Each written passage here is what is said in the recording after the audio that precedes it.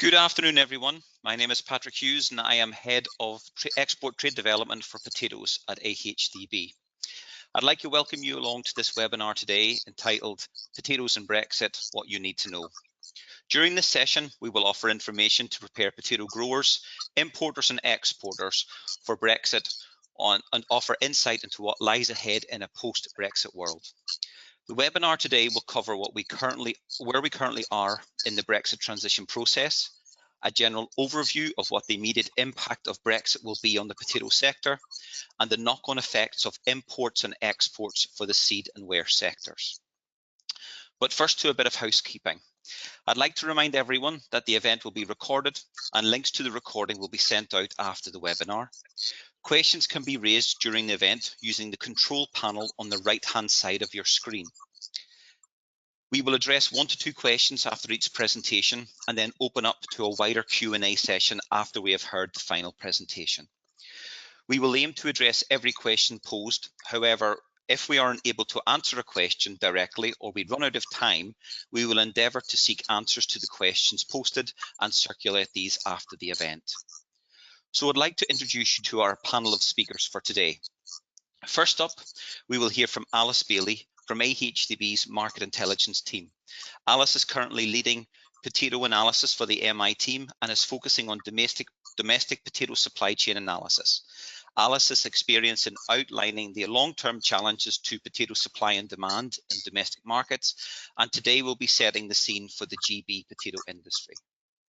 Secondly, we will hear from Tania Gesto-Casas, who is AHDB's EU Policy Manager. Tania is currently on lockdown in Brussels and today will present on how the EU-UK trade negotiations are progressing. Our final presenter for today will be Sarah Baker, who is Senior Strategic Insight Manager at AHDB. Sarah is an experienced agricultural economist and strategy analyst and is currently engaged in the analysis of the impact of Brexit on UK farming. And today we'll focus on the UK potato trade post-Brexit. So just a final reminder that you can post questions at any point during the webinar using the control panel to the right of your screen. And without further ado, I'd like to pass you over to Alice to set the scene. Thank you. Thank you very much, Patrick.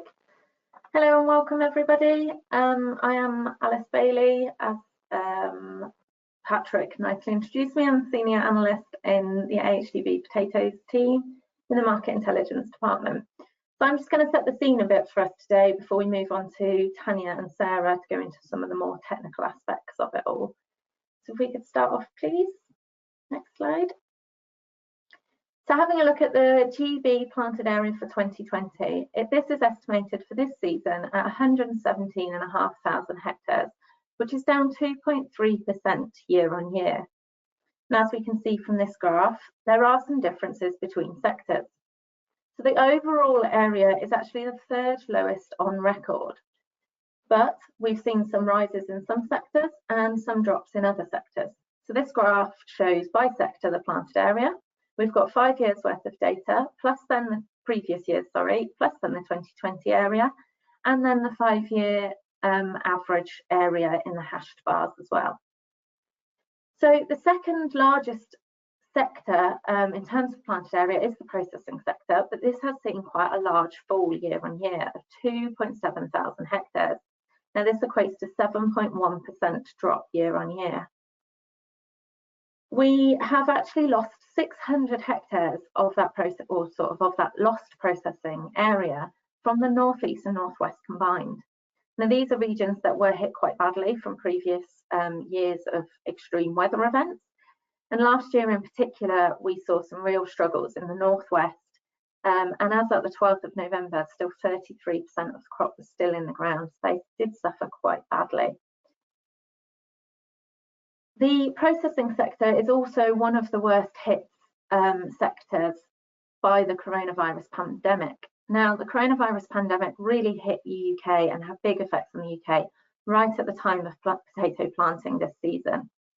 And with a widespread loss of food service sector, this did hit processing. And as a result, we actually saw the contracted area also drop. I mean, we saw free buy drop as well, but the contracted area dropped to 2.3 thousand hectares, which is the equivalent of 6.5%.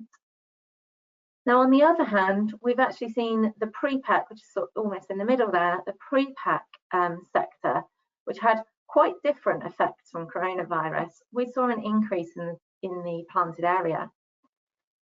Like I said, it was quite a different story when coronavirus hit. We heard of a lot of panic buying, and we know that retail demand was really, really strong at the point of planting. And we've actually seen an increase in contracted area for the pre-pack market. And this does outweigh the small drop in free buy area for pre-pack market. So what does this mean in terms of production? If we could have the next slide, please. So for production, we're currently only partway through our lifting sort of season. There's still quite a lot of lifting going on. And as at the 20th of October, so that was a couple of weeks ago now, there was almost a quarter of the crop still in the ground.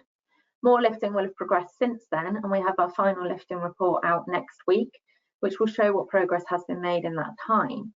However, based on what was being lifted and what we've heard in the last couple of weeks, we're not expecting any massive bumper yields, and we're not expecting any detrimental yields either.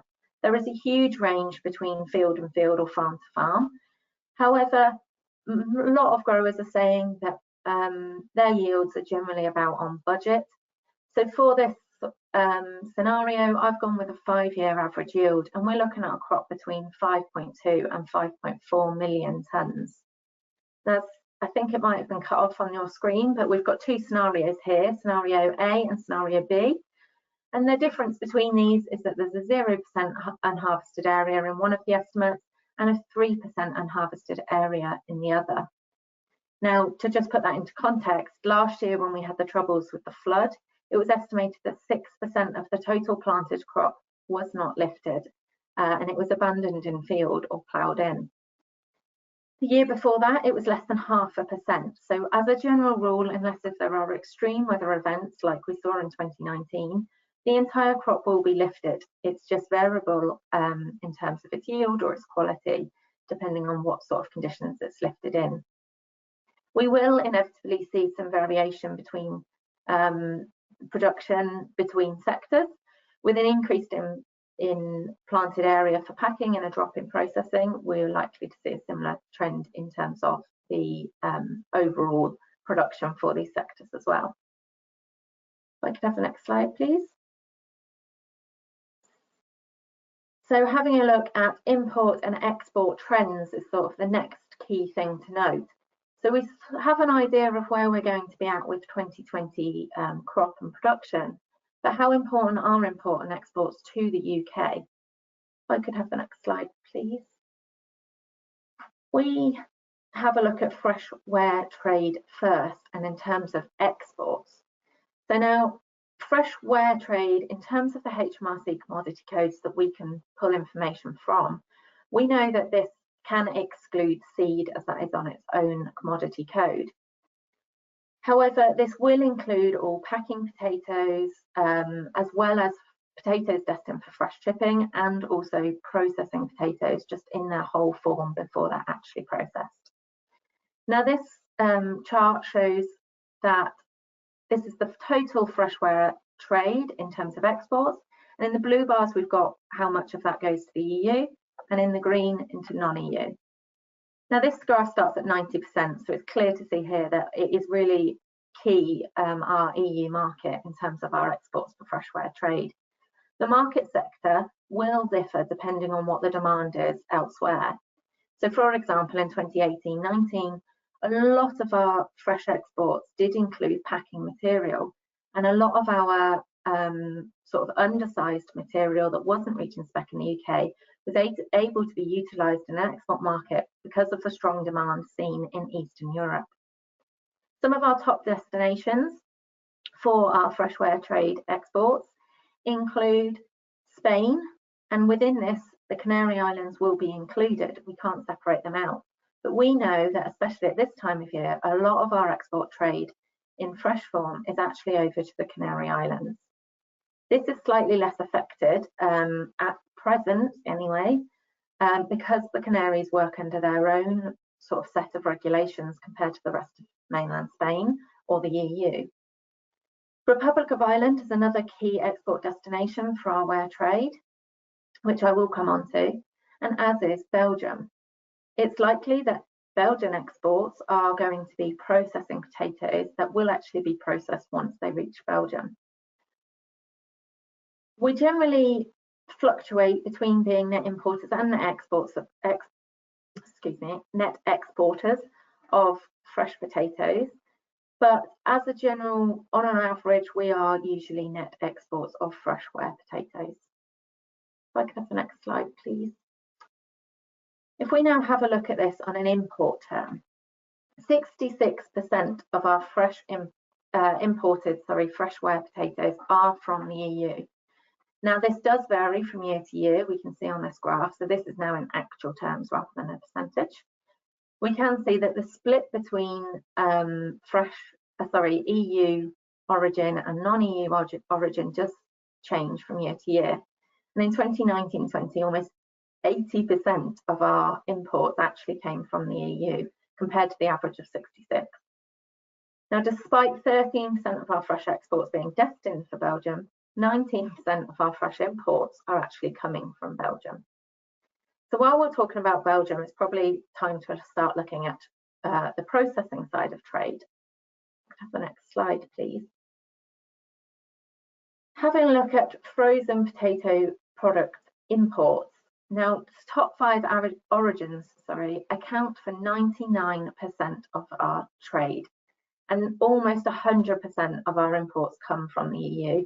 And quite clearly, it's Belgium and Netherlands that are really leading the way here.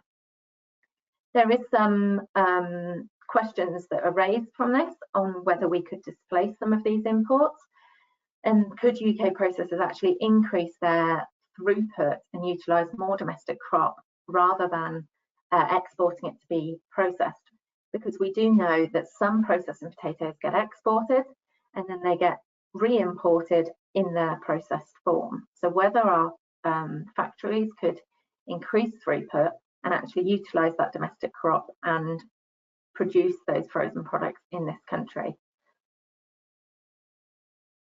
In terms of frozen potato exports, again, the Republic of Ireland is one of our key destinations, with around 41% of our frozen export trade heading over to the Republic of Ireland. So I keep mentioning Ireland. I've mentioned it in the last couple of slides. So if we move on to look at that more specifically, if I could have the next slide, please. So having a look at the importance of the Republic of Ireland and actually Northern Ireland. So this graph here represents our fresh exports, excluding seed, to the Republic of Ireland. So in blue, we've got exports to Ireland. In green, we've got the total exports. And then the yellow line indicates the percentage of our export trade and what percentage, Republic of Ireland actually makes up for us. We can see that it does vary from season to season, and it also varies throughout the season. However, it's quite clear that Ireland is important. And this graph only shows, because of the way HMRC data is, movement of potatoes from the UK to the Republic of Ireland. This doesn't include Northern Ireland, as this is obviously classed as the UK. And we know we export or we move product from mainland Great Britain over to Northern Ireland as well. Anecdotally, it's said that most of these potatoes, or a lot of these potatoes, are actually for the fresh chipping market rather than the packing market. Now, if, and yes, it is a big if, but if all of these exports were chipping potatoes and not packing potatoes, then that would be around 10% of our total production of fresh chipping potatoes in the UK in 2019-20 season were exported to the Republic of Ireland. And it's not just fresh exports that we send over there. I already mentioned that Ireland makes up a big chunk of our frozen exports. And we've actually not really seen a huge amount of front loading this season. So far, HMRC data only shows July and August. Next week, we should get September figures as well. But generally, we've only seen in those 2 months a 5% uplift from average in terms of our exports of frozen potato products. So we're not really seeing a big big push at the start of the season before the Brexit deadline. Similarly, we haven't seen a big increase in crisps that are moving over there either. The Republic of Ireland is another key destination for our exports of crisps, and 55% of our crisp exports do go to Ireland. And we've only seen 13% rise in exports in July and August, which wouldn't really show that we're massively front loading any exports before the Brexit deadline in those first couple of months. If I could have the next slide, please. So seed trade. Now, last but not least, for sure, is seed. All my previous slides have used HMRC data. However, there does seem to be some or underreporting of seed imports into the UK through HMRC. There's a statutory requirement that anyone importing or any EU seed that is being imported into England and Wales must be registered with the Animal Plant and Health Agency, or the APHA. So I've actually used their figures in terms of imports. Now, based on their figures, there's between 26 and 29,000 tonnes of seed has been imported each season over the last 2 years, and around 70% of this seed has come from the Netherlands. So we can really see that the importance of trade with the EU in terms of importing seed. In terms of exporting, on average, 71% of our seed exports are actually destined for non-EU countries, which might sound good news in terms of the fact that we will be leaving the EU. However, I think Tania or Sarah are going to cover this slightly, but we need our own agreements with these countries, so it's not quite as straightforward as it seems. And as you can see, that Egypt is one of our key export destinations, with nearly 50% of our seed exports heading over to Egypt. Next slide, please.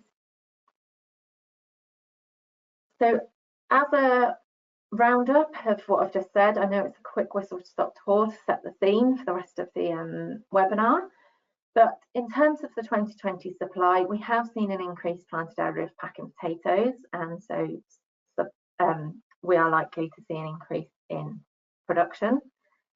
We might have seen a bit of a drop in some of the other sectors, namely processing, but these other sectors have seen really subdued demand over the last few months since the coronavirus pandemic hit, with only really retail being the key driver of demand in the potato industry at the moment.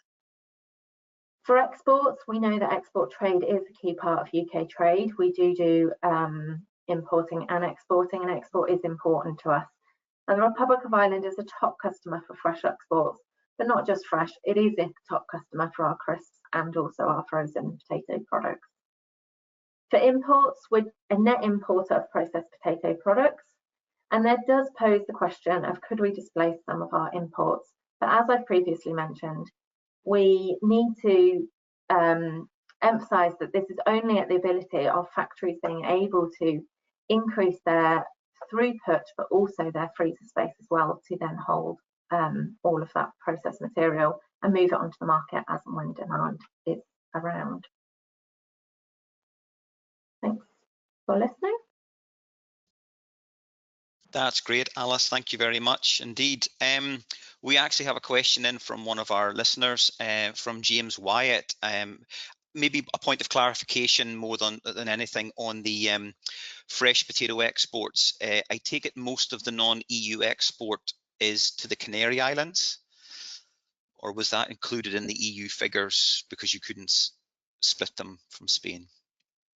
Sorry, do you mean, so all of our non-EU exports goes to the Canary Islands? Is that what you're saying? Sorry. No, it was just a question. I think 97% of the exports was to the EU, but was the non-EU portion of that, would that be Canaries?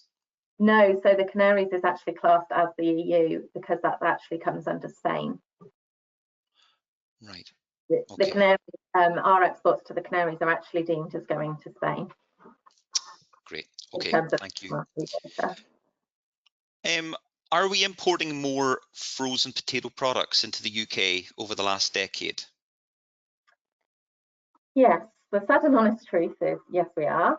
So if we go back 10 years, then I think it's under, I can't remember the exact figure, but it's under 500,000 tonnes were generally being imported 10 years ago, whereas, as I mentioned, 660,000 tonnes were imported last season. And generally across those 10 years, we've gradually seen an increase of frozen imports. Now, it is likely that factories have been increasing their imports during, sorry, not their imports, their factories, their throughput during this time, but obviously not to the same extent that demand has been increasing.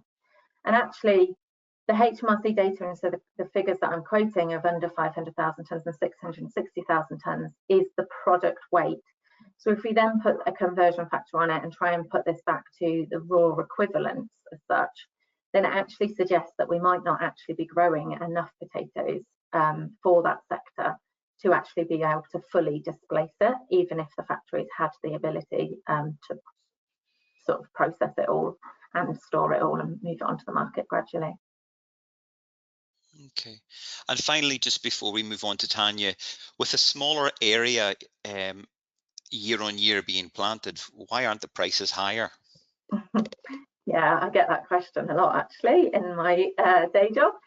But unfortunately, this year we've seen something we've never really experienced before, and that is really it's demand destruction. So usually we see low prices because of an oversupply, because we've had a bumper crop. So for example, in 2017, when we had a massive crop, we saw prices eroded away.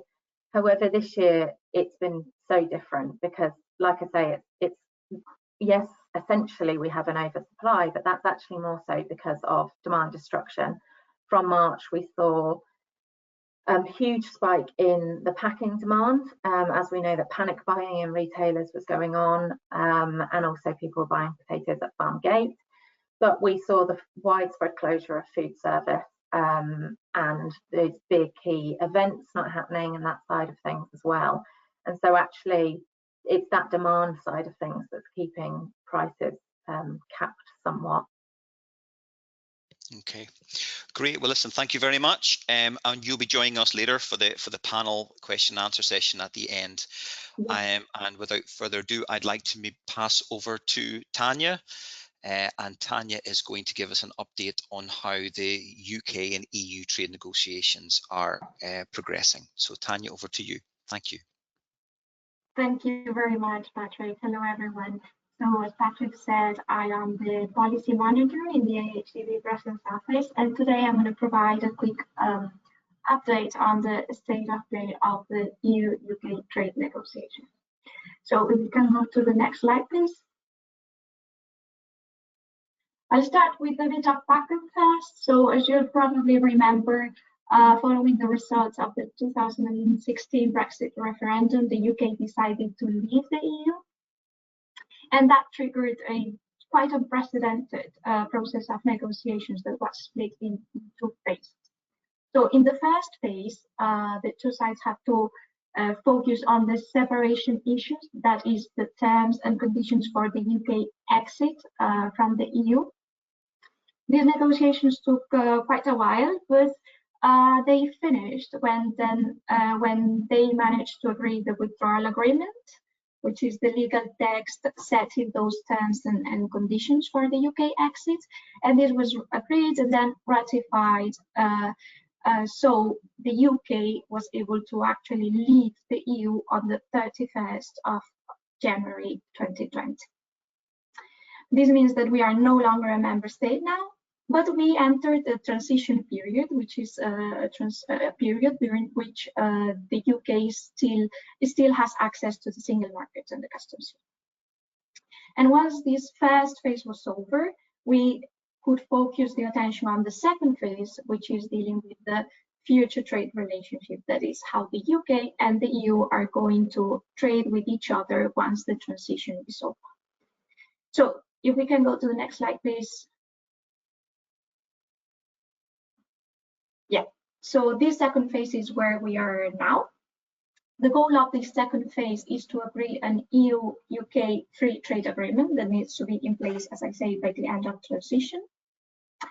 And these negotiations started at the very beginning of March 2020, and obviously this beginning was really challenging, not only because of the difficulty of the negotiations themselves, but also because of the impact of the pandemic.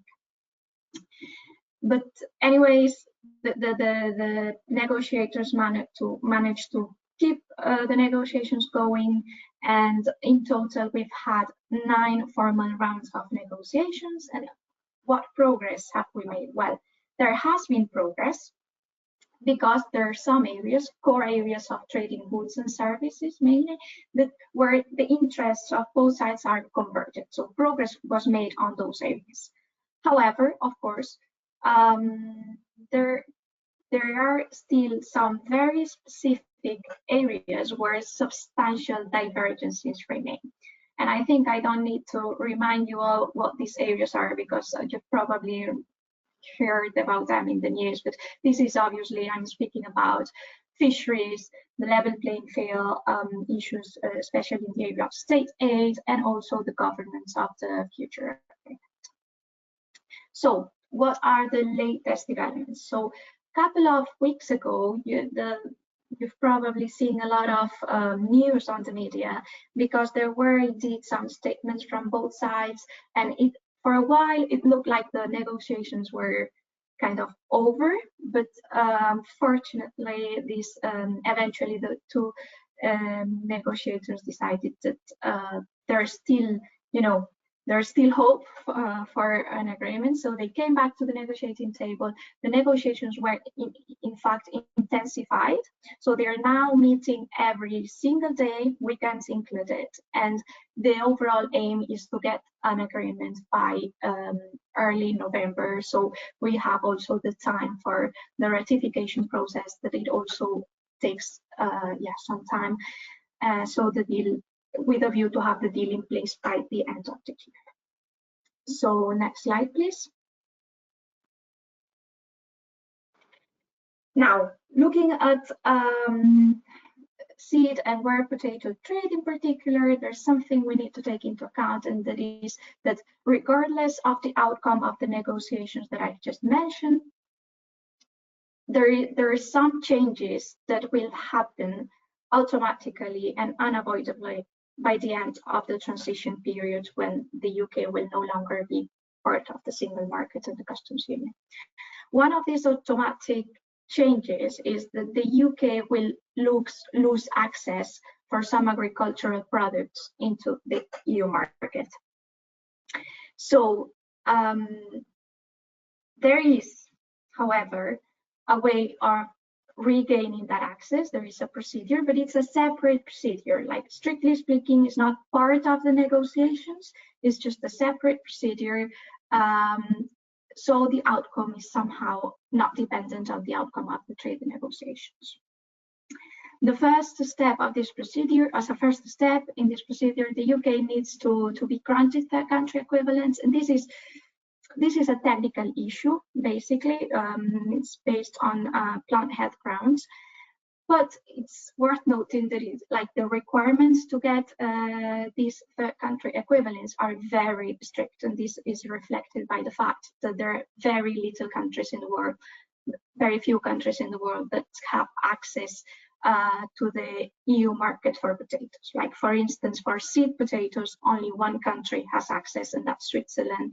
For ware potatoes, the list is slightly longer, but still, only some 11 countries in the whole world have access to the EU market. So the requirements are quite strict. And as I was saying earlier, this is technical. This is a technical issue, but it's framed in a political context, right? And these days, there are loads of interests and loads of impacts that political decisions can have in areas which are in theory should be strictly technical. And then, even if this third country equivalence is granted, it is worth noting that it's quite likely that after the transition period, additional requirements would be added to for UK potatoes going into the EU, such as phytosanitary certificates or additional testing or others. So what's the state of play of this separate procedure? Well, the UK authorities did submit an application to be granted this third country equivalence at the beginning of this year. However, and to our knowledge, this application has not progressed much so far. So this means it's now sitting in the EU Commission, but it hasn't been approved yet. So what this means in practice is, as things stand, the UK seed and ware potatoes cannot be exported to the EU as from the 1st of January 2020. And this has also repercussions on our trade between Great Britain and Northern Ireland, because due to the Northern Ireland Protocol, Northern Ireland has to apply some specific EU rules, especially EU rules regarding the EU single market. So because Northern Ireland has to apply some EU rules, that means that if we don't get access to the EU, we won't be able to send potatoes from GB to NI either. Oh, next slide, please. So as you can see, there's still a lot of uncertainty surrounding the different aspects of trade with the EU after the transition period. However, there are a few things that we do know for sure. Like the first thing that we do know for sure is that time is extremely short, and the risk of no trade deal increases as the clock keeps ticking. So this is something we need to take into account, and we need to get ready for any outcome. Now, the second thing that we do know is that whatever happens, change is coming. As I said earlier, by the end of the transition period, the UK will no longer be part of the single market and will no longer be part of the customs union. And this will bring about unavoidable changes in the way we trade with the EU. And in this case, changes means additional barriers and disruption for trade. Now, even if a free trade agreement cannot replicate the benefits of being part of the single markets and the customs union, it is still a better option for everyone to have a trade deal in place for several reasons, but including the fact that a trade agreement, especially one that allows us to trade duty and quota free, is essential to remain competitive in the EU market. It can also help reducing the amount of regulatory barriers that we face. It cannot eliminate them. There will be some additional barriers, that's for sure. But, oh, I think my slides. Yeah, if we can go to the slide, please. Well, I'll continue. So, yeah, like a trade deal cannot eliminate all the barriers that we will be facing, but it can help, ease the process. And then having a trade deal in place is also key to ensure an efficient implementation of the protocol of Northern Ireland that we've mentioned earlier. However, there is one thing that a trade deal cannot ensure, and this is it can guarantee that we get access to the EU market for seed and ware potato. As I said earlier, this is a separate procedure. It's all in a way interrelated, but it's a separate procedure. And as things stand at the moment, we want the UK won't be able to send seed or ware potato to the EU after the transition period. And this is all from me. So, I mean, if you have any questions, please feel free and to ask. Thank you. Thank you, Tania. Thank you very much indeed. That was very informative, and we have a lot of questions that are now coming in. Maybe we will work through them all, but as I said before, if there are any questions that we don't cover in the allocated time, we will answer them and we will circulate the answers after the event. Will organic products have access to Northern Ireland and to the EU after the end of the transition period, Tania? Oh, that's a very good question, and there is still quite a lot of uncertainty around this area. So to be 100% honest, I can't not give the answer for sure, but this was indeed one of the areas where there has been more changes in trying to guarantee the access for the organic products once the transition is over. Okay, not something more specific on the Northern Ireland Protocol. Are you aware if seed that has been imported from the UK into Northern Ireland before the 31st of December can be sold into the Republic of Ireland after the 1st of January? That's quite specific indeed. I would recommend, in those specific cases to kind of check very carefully the UK government guidelines and also the EU notices for stakeholders, which are quite specific and cover these areas which are more niche. My understanding would be yes, because it is already in the Northern Ireland.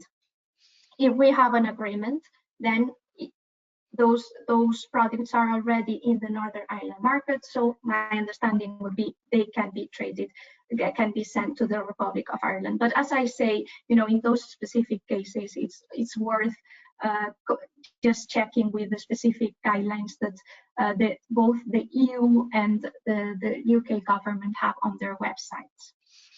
Yeah, and we will also be asking these questions to DEFRA as well, who have agreed to sort of give us answers to the questions come on the webinar. So we will strive to get an answer for you. Just a final question, Tania, before we move on to Sarah. Does the third party or third country equivalents apply to Northern Ireland, given they remain part of the customs union post-Brexit? Yeah, this is what I was, it's a bit what I was trying to explain. Indeed, because Northern Ireland, after the transition period, will be applying or enforcing some EU regulations, then it will mean that if we don't get the equivalence to send our potatoes to the EU, we won't be able to send our potatoes to Northern Ireland either. Mm-hmm. Okay, thank you very much, Tania. And we will no doubt come back to some of these questions in the Q&A at the end. So our final speaker for today is Sarah Baker, and Sarah will be talking through about the impact on trade on the industry post-Brexit. Thank you, Sarah. Thank you, Patrick. Yes, I'm going to take you briefly through our analysis that we've done so far on trade in a post-Brexit scenario, and take you through the possible options with regard to no trade deal and a trade deal with the EU. Next slide, please. So as Alice said in much more detail than I will, but just a quick recap. At the moment, the broad picture is that the UK is a net importer of processed potato products, and we saw that they came predominantly from Belgium and the Netherlands, and it's a net exporter of seed potatoes, with a significant proportion of those going outside the EU, so to Egypt and Morocco. Next slide, please. If we look at those imports and exports now, I'm using HMRC data, and as Alice said, there are significant issues, particularly with the import volume on HMRC.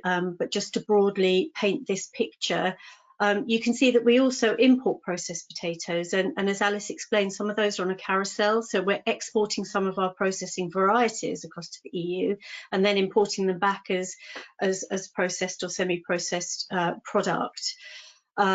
And the export market is predominantly fresh and seed as a rule, with processed potatoes growing in that capacity.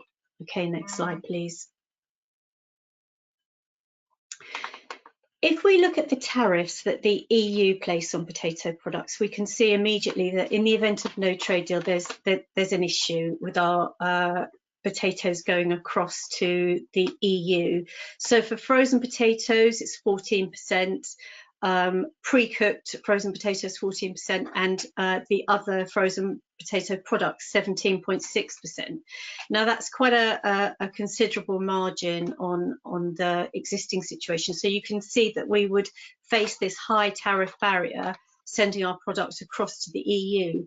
But equally now, in the light of the UK global tariff that was announced earlier this year, we will be putting up very similar size barriers. We've just rounded them very slightly, but we'll be putting up a similar barrier to any product coming in from the EU. So unless we have a continuity trade agreement with the country or a free trade agreement, we will be putting these tariffs on our imported potato products.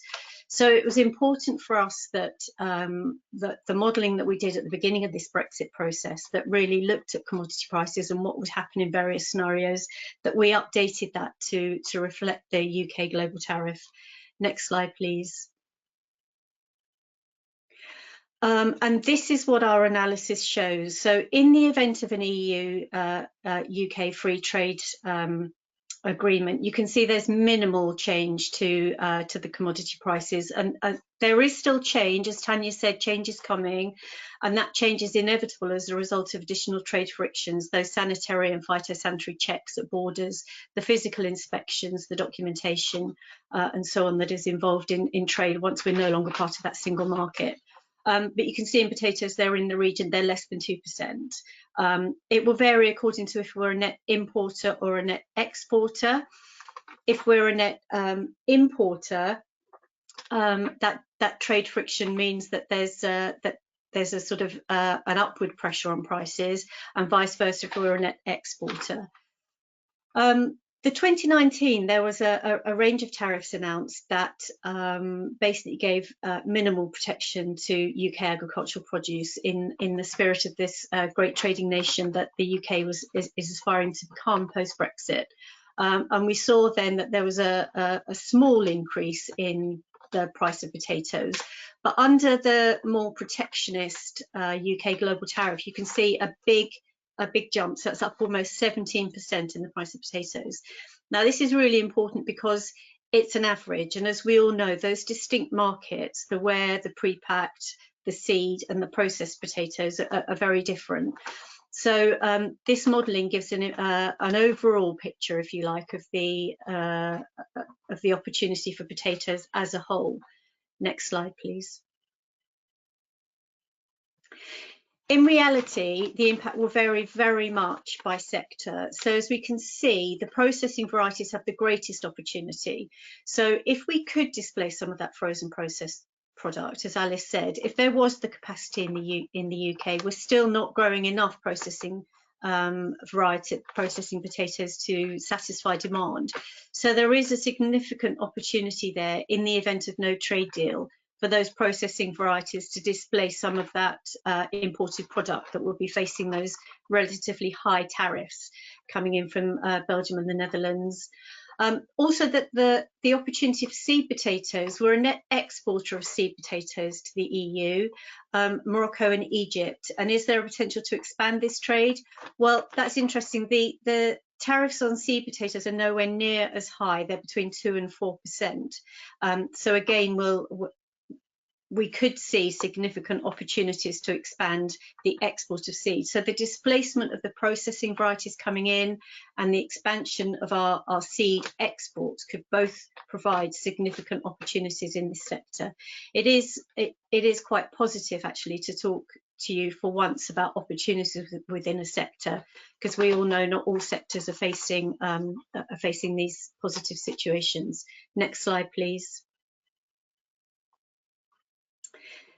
The issue with exporting potatoes post-Brexit, well, really, it's the rate of exchange plus the tariffs. Is it viable to export? Are we going to be competitive? If we face the tariff going into the EU, they will probably source a lot of their potatoes from elsewhere. If, however, we strike a trade deal, then there's no reason why we couldn't continue to trade with them.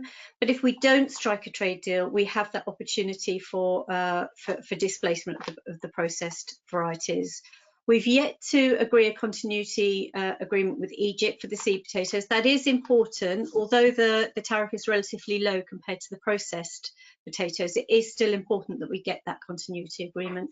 We have struck one with Morocco, and I know work is ongoing with Egypt to reach that agreement before we exit the transition period. Next slide, please. I think my slides are slightly stuck. Okay, so the take-home point, and this is really important, the impact of no deal varies hugely by depending on which sector, what type of potatoes you're growing, seed, ware or processed. And obviously not all geographical locations are suited to grow all varieties of potatoes. So the impact and the potential opportunities and threats will vary hugely by location. And individual businesses are best placed to understand how they might be affected by no deal. But the overall message from what Tania said and from what Alice said is that you need to prepare your businesses for no deal now. The clock is ticking, negotiations are intensifying, but time is running out. And we would strongly urge you to prepare for no deal now, because then if a deal is struck, at least you have been well prepared for every eventuality. Read those detailed notices. Some of the questions coming in today on the technical nature, I think, reflects the frustration that many of our levy payers feel with the lack of information. We're only sort of 8 weeks away from the end of the transition, and there's so many questions unanswered because of this extension in the negotiations, and therefore it's important to prepare your business as well as you can with the information that is available out there. Next slide, please. Okay, so there's probably a range of questions around Brexit and the modelling work and so on that you can ask me in and around potatoes and the other sectors. So I'm happy to answer any questions coming my way. Thank you, Patrick. Thank you, Sarah. I have a question more related to tariffs than anything else, but how can importers and exporters keep up to date with the latest tariff arrangements? I mean, what would you recommend sort of to keep tabs on things? Right, okay, if they go to the AHDB website and search for UK global tariff, we've got all the tariff lines up there with the rate published against them, so they can query any individual tariff line. In addition, that's also available on gov.uk. So those tariff lines, if they search UK global tariff, UK GT, they can look up individual tariff lines and keep abreast of those.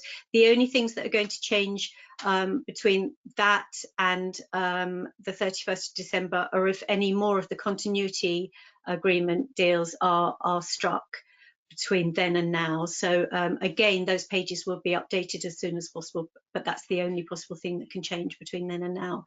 But they're broadly the same as the EU common external tariff, with just some rounding and some small percentages taken down, generally rounded down slightly, 1 or 2%.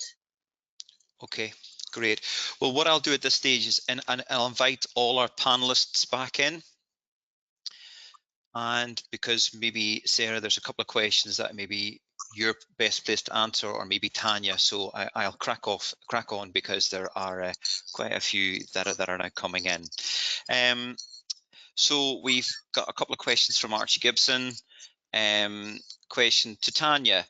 Thank you for your presentation. As the UK does not have bilateral agreements with North African and Middle Eastern countries, and future supply in the absence of a third country agreement is in doubt, will the trade to the Canaries be similarly impacted in the event of a no deal?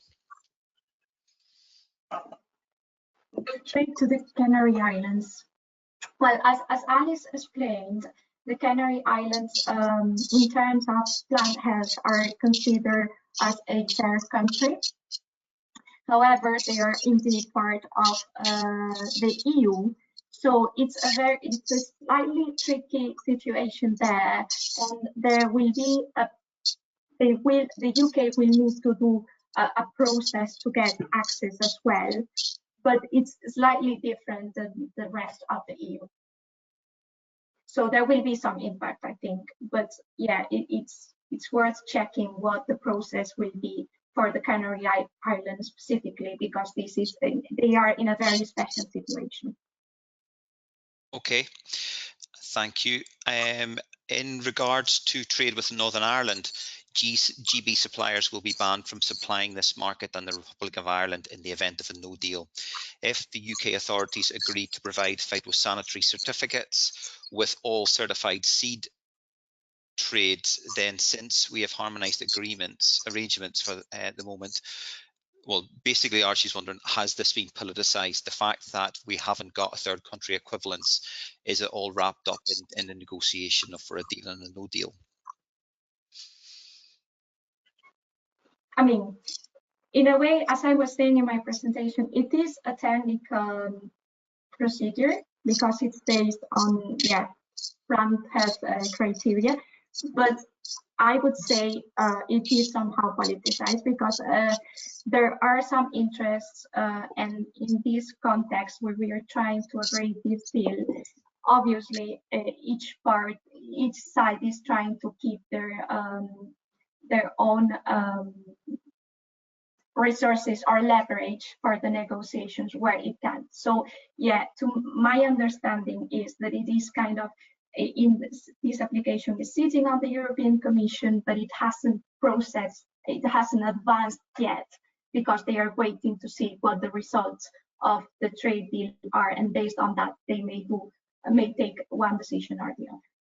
So we haven't received third country equivalents for potatoes yet, Tania, but is this the same for other products, such as animal origins, for example?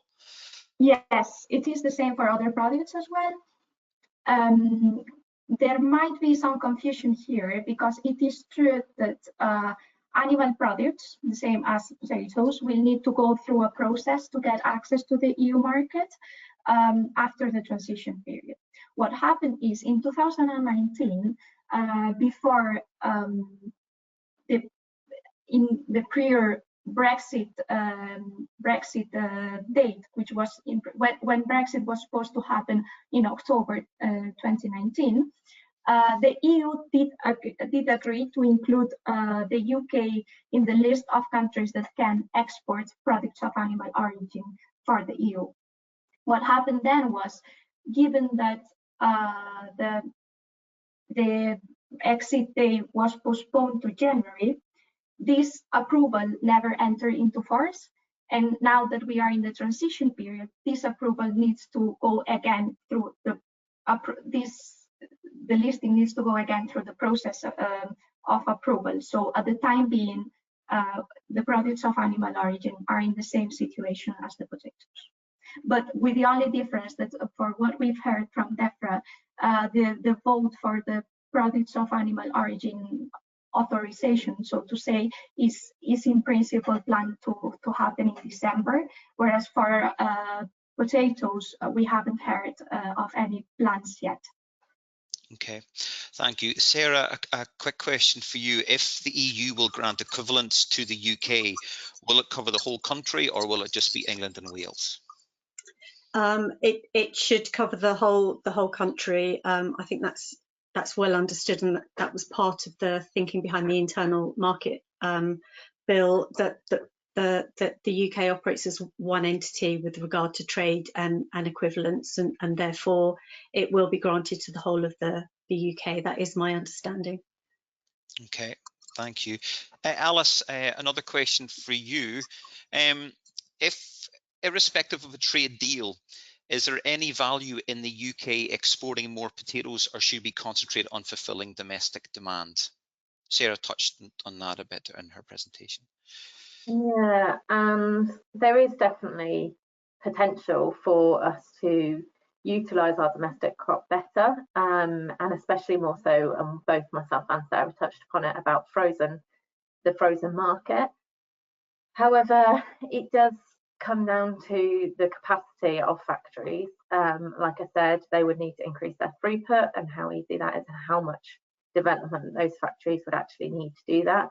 Then they also need to ensure we've actually got the freezer space once it's been processed. But other sectors, it's not quite as simple as that.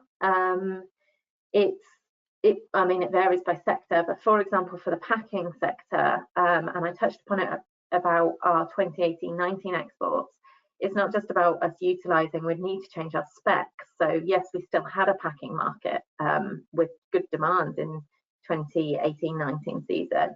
But the reason we had such high exports was because of the season that we'd had. We had a lot of undersized potatoes, and we were actually able, they were actually deemed as waste in our UK market, but we could utilise that crop by actually putting it into Eastern Europe where the specifications were different. So then it would be a case of trying to push forward on adaptations to specifications, I suppose, in those sorts of situations.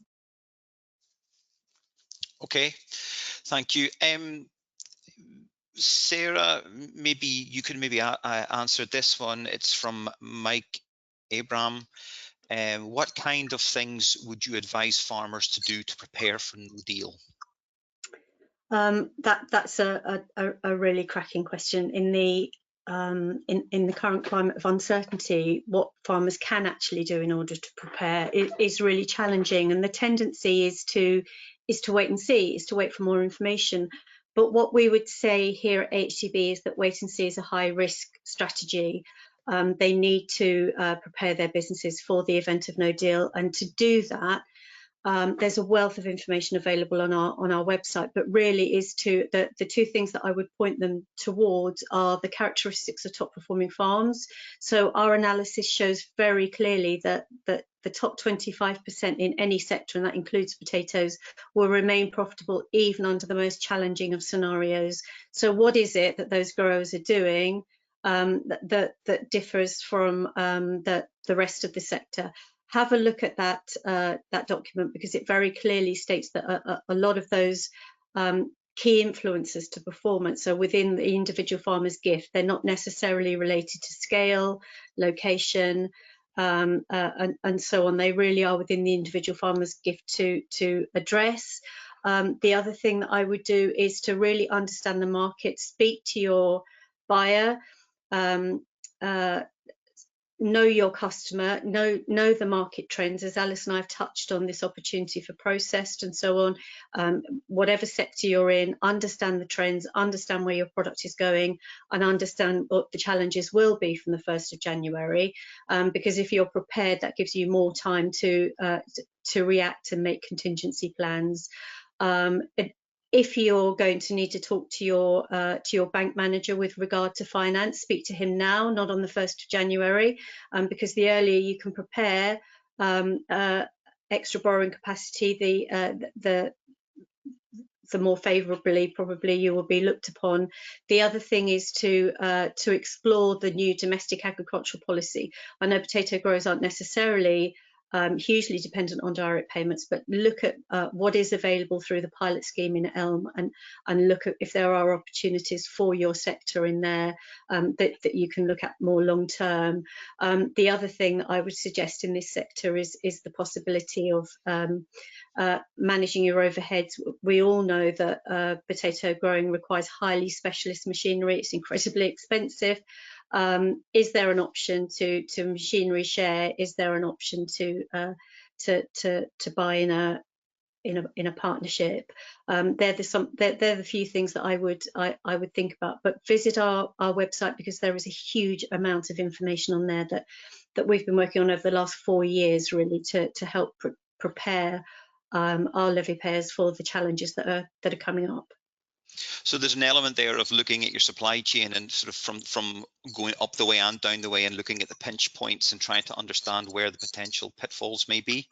Yeah, absolutely. I mean, not just where you're selling your product to, which is incredibly important, but again, touching on machinery, where are those spares going to come from if we haven't got a free trade agreement with the EU? At the moment, you can ring up a parts manufacturer and they'll stick it on a courier and it can be with you in a matter of hours. Is that going to change? And with your other inputs, are they significantly? What are the tariffs on those? Are they imported? What's it going to cost you? The actives available, all those sorts of things. Understand that, be prepared for it. And then if we get a deal with the EU and it is as near as possible business as usual, then you haven't lost anything. You are just better prepared, if you like, and particularly if you look at the characteristics of top performing farms, all you'll have is a more profitable business. But if you do wait and see, you will be playing catch up, and I think that will be a dangerous place to be, because we haven't even mentioned COVID yet.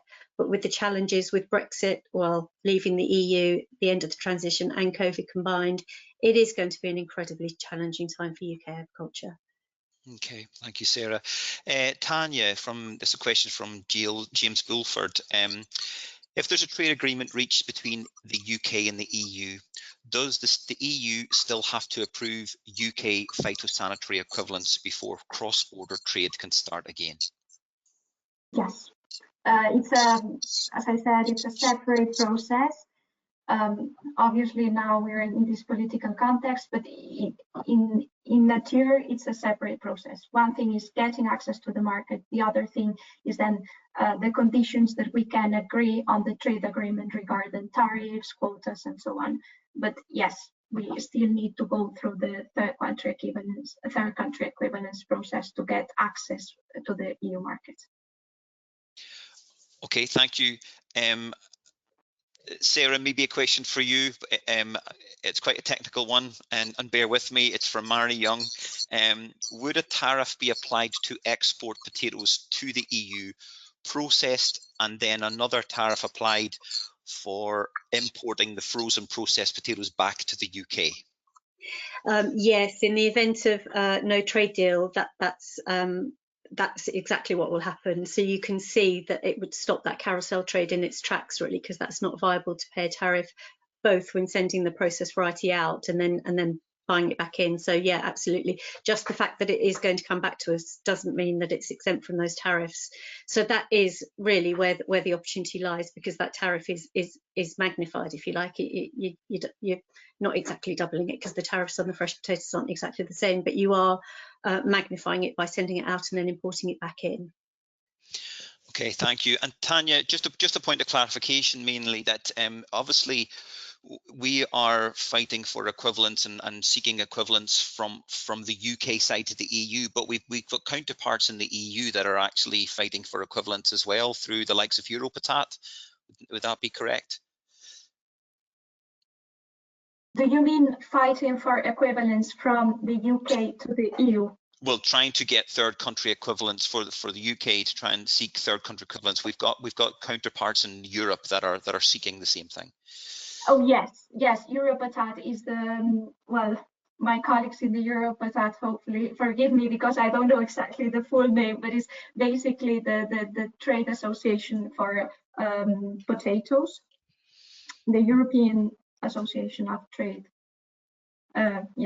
Bodies for potatoes, basically, and they have UK members as well, and they've been since the beginning of this, like, in contact with the European Commission to kind of push this dossier.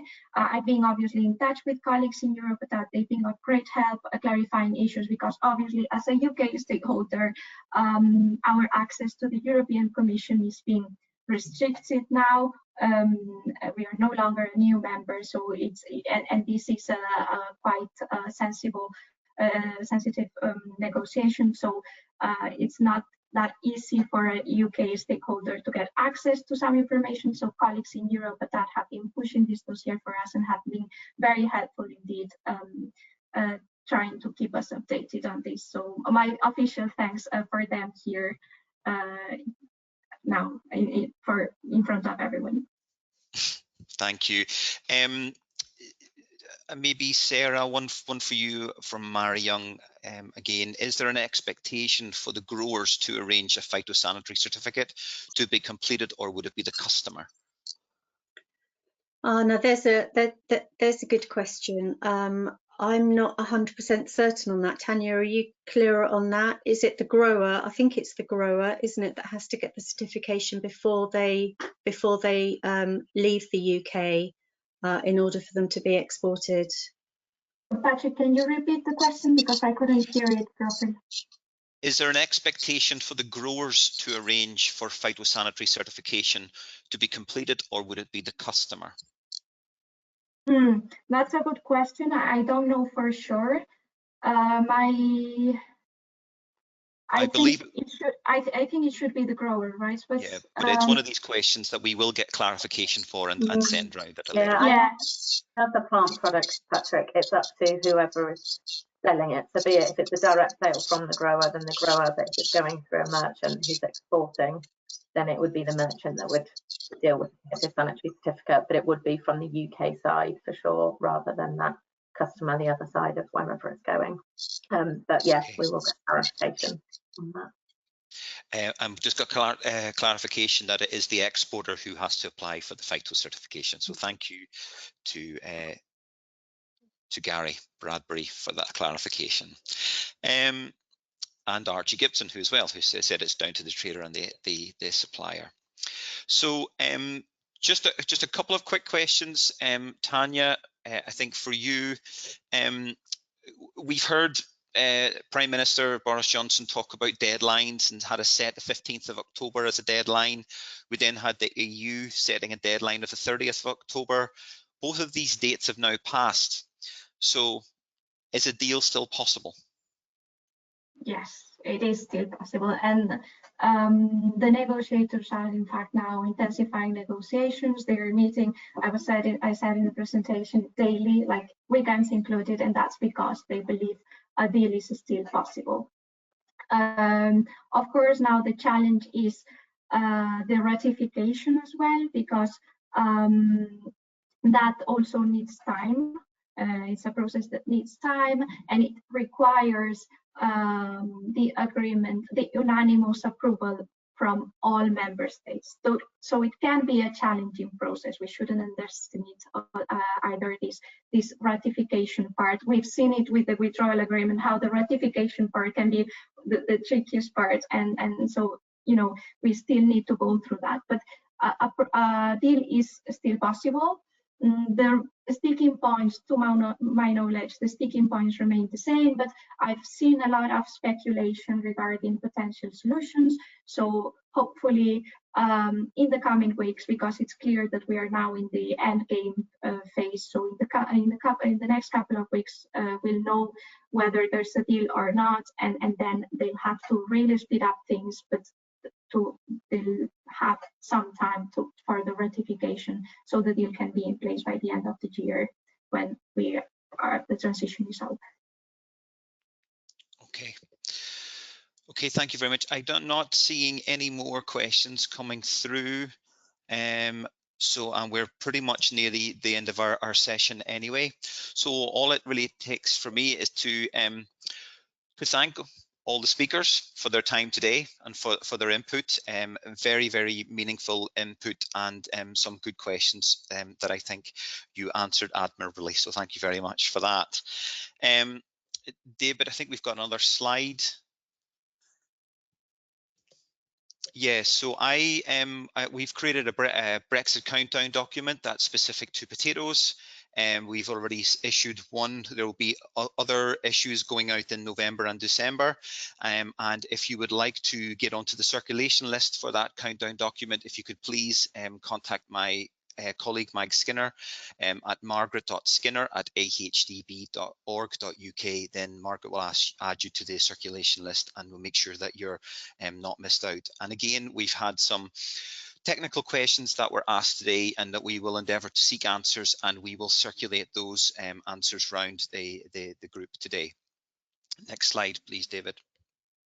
So for future events, we've got another webinar tomorrow.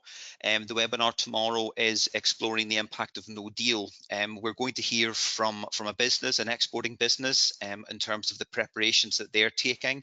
We'll hear from the NFU, and we'll also hear the immediate steps that businesses need to take in the before the end of the transition period.